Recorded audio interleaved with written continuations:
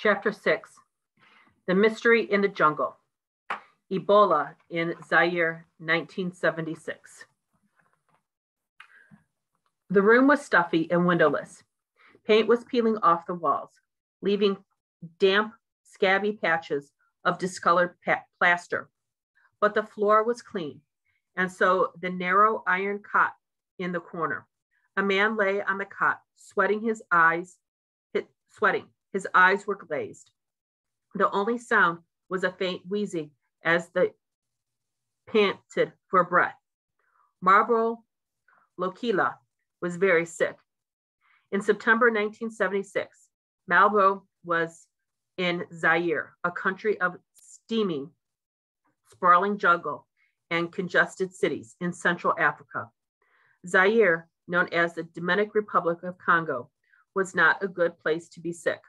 The country was still recovering from almost a century of brutal colonial rule by Belgium. Under colonialism, all the profits from Zaire's rich natural resources, rubber, ivory, and diamonds, went to the wealthy Bulgarian landowners.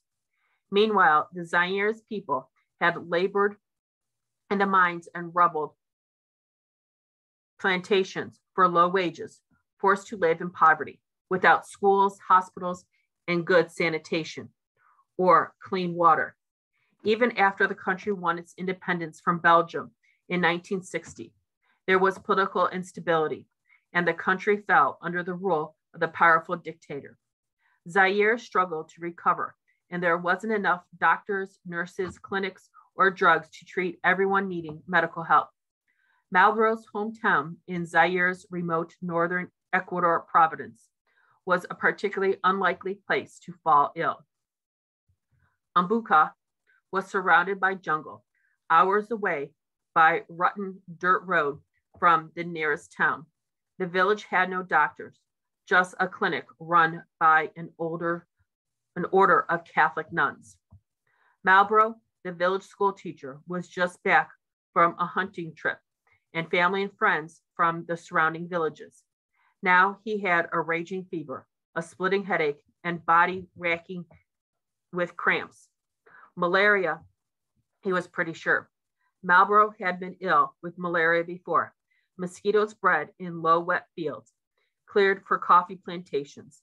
And since no villagers could afford screens on their windows, everyone was vulnerable to the shaking fever. He lay in one of the Uganda's mission's exam rooms. He hoped that the nuns might have some drugs left over from the last shipment of supplies from Europe. He got a shot, go home, and hope the fever reduced enough so that in a week or two he could work again. The nun who bustled in to treat Marlboro agreed that yes, it seemed he'd gotten malaria again. Sister Benita wasn't a nurse. None of the missionaries had any formal medical training, but she'd seen many cases of malaria. She filled a glass syringe with an anti-malaria drug, chloroquine, and gave Marlboro the injection he'd been waiting for. Soon, he was making slow way home, leaning heavily on his wife Mubasa's shoulder. At first, it seemed as though Sister Benita's injection was working, as it had many times before. But after a day or two, Marlboro's fever returned with vengeance. Soon he was too weak to get up, and his body ravaged by tremble bouts of diarrhea and uncontrollable vomiting. His wife and two oldest daughters struggled to care for him. Neighbors took in their younger children, but the crisis in the family's hut deepened. In desperation, Mabuz begged the nuns to visit her husband, hoping they might be able to cure him. When the sisters entered the family's small hut, Marlboro was lying on a low bed. He was covered in sweat and gasping for breath.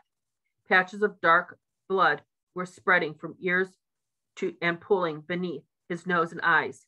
As they stared, terrified by the changes that had come over him, Marlboro convulsed and vomited streams of blackish blood.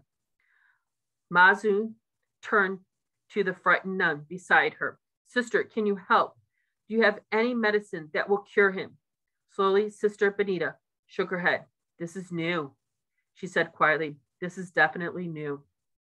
The virus had affected Marlborough, which causes his internal organs to disintegrate into soupy mess that seeped from his orifices and through his skin. With every retch, Marlborough released millions of infective microbes into the surroundings. Every blood and vomit-soaked rag his daughters washed in the tub bomb of lethal microbes. Sister Benita was right. This disease was new, and it was very dangerous.